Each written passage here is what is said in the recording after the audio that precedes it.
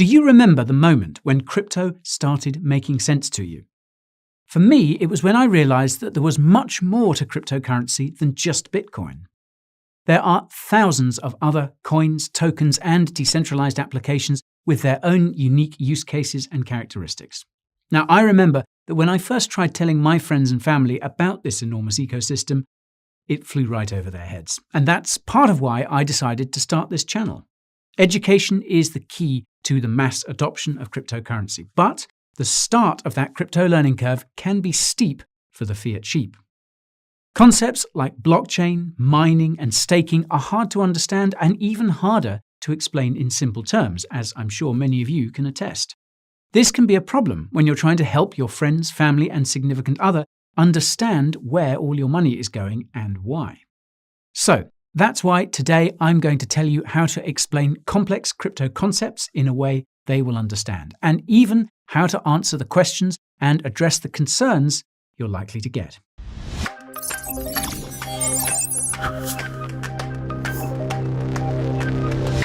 Before we proceed, there is a disclaimer you must heed.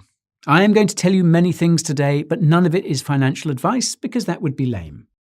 I prefer to give you the knowledge you crave to find your own way out of being a wage slave.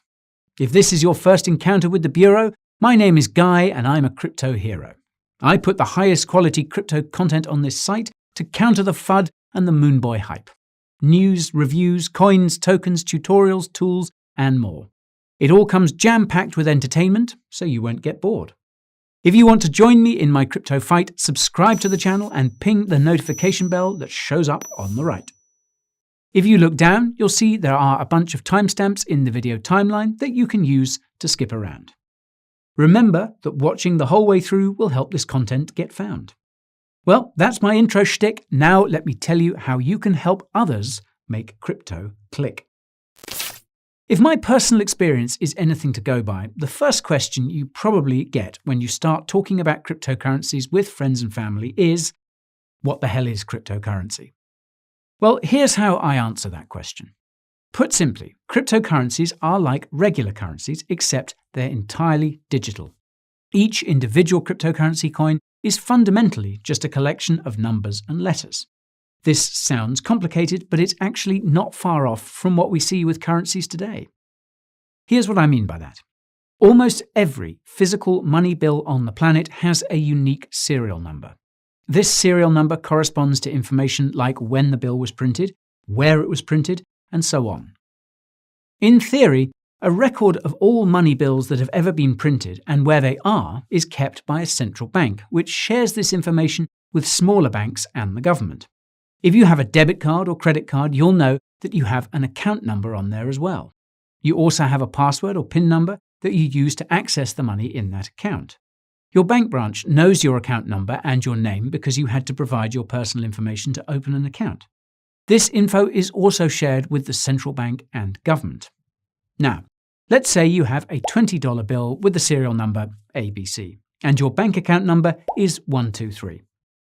When you deposit that bill into your bank account, your bank branch, the central bank, and the government will see and confirm that the $20 bill ABC has been moved into bank account number 123. This is almost exactly how cryptocurrencies work. Each individual cryptocurrency coin is like the serial number you see on a physical bill, just without the physical bill. Just like regular bills, almost every cryptocurrency can be divided into smaller pieces. In the case of Bitcoin, each BTC can be divided into 100 million pieces called satoshis, which are like cents to a dollar. A cryptocurrency wallet address is like a bank account, except that there's no physical card that goes along with it. It's just an account number. Because you don't need to provide any personal information to create a cryptocurrency wallet, this means that your identity is not attached to your crypto wallet like a bank account is. Most importantly, any cryptocurrency held in your personal wallet is held directly by you, not custodied by a bank like regular money in a bank account. This means that nobody can shut down your cryptocurrency wallet or block your transactions because you have total control over that account at all times. Now, the trade-off here is that if you lose access to your cryptocurrency wallet or forget to write down the recovery phrase you get when you make one, well, you'll lose your cryptocurrency forever. Instead of banks and the government keeping track of everyone's bills and bank account balances, these records are stored across all the computers connected to a cryptocurrency network. These transactions and account balances are public and can be viewed by anyone using something called a blockchain explorer. Because computers can earn cryptocurrency for processing transactions on a cryptocurrency network, this incentivizes more computers to join the network to process transactions and earn cryptocurrency. This makes cryptocurrency networks secure because there is no single point of failure. This is called decentralization, and it's the polar opposite of the centralized setups of governments and banks. Now, in case you didn't put two and two together, that means the digital currencies banks around the world are creating are not cryptocurrencies.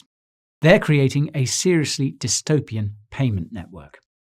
Be sure to tell them that the Coin Bureau has a video about that on their YouTube channel, and it's in the top right here. Once you've blown their minds with that analogy, you'll probably get questions about Bitcoin and Dogecoin and any other cryptocurrencies they've heard about. Here's what I would say.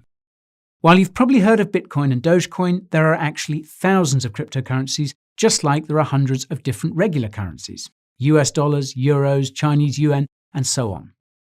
The crazy thing is that every cryptocurrency is different, and not all of them are designed to be a currency you would actually use for everyday transactions. Broadly speaking, there are two types of cryptocurrencies: coins and tokens. Now, cryptocurrency coins belong to cryptocurrency networks that were built from the ground up.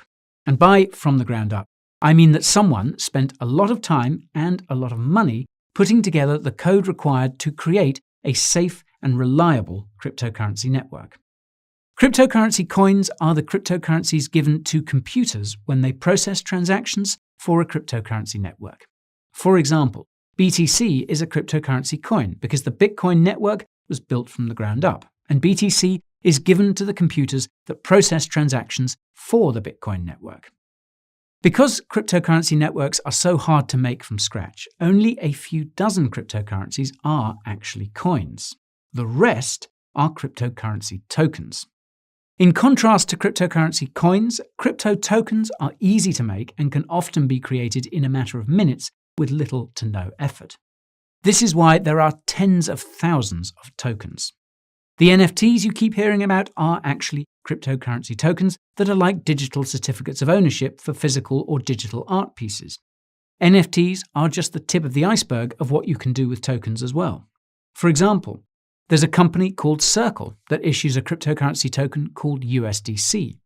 USDC is fully backed by real US dollars, which means that for every one USDC in circulation, Circle has $1 US in the bank. You can create USDC by giving them your dollars and redeem your dollars with USDC. Another company called Paxos issues a cryptocurrency token called PaxG. Each PaxG token is backed by 1 troy ounce of gold kept in a vault here in London, and you can redeem PaxG tokens for real physical gold or US dollars. The best part is that both Circle and Paxos are fully regulated in the United States and regularly audited to make sure they have the appropriate number of reserves on hand backing their tokens. How's that for security?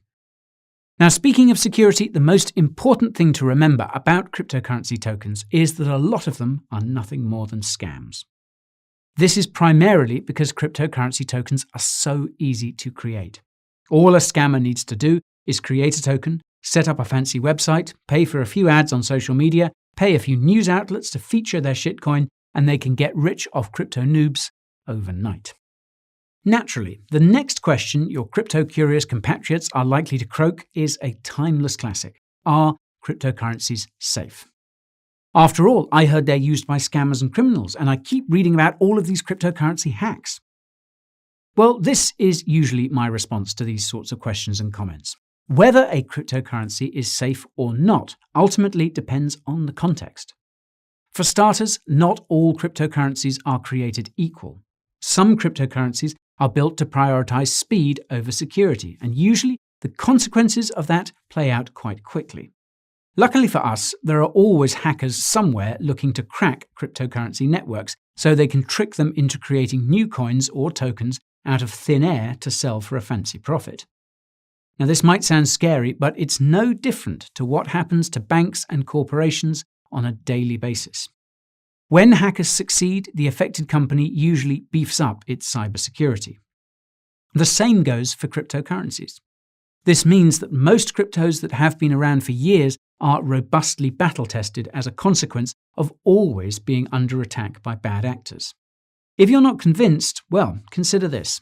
As I mentioned earlier, some cryptocurrency networks are made up of computers spread out around the world that are constantly double-checking transaction histories and account balances. If you wanted to corrupt a cryptocurrency network, you would have to hack more than half of all the computers connected to the network at the same time in order to do it. This is impossible to do if you have a cryptocurrency network like Bitcoin that has millions of computers spread around the world.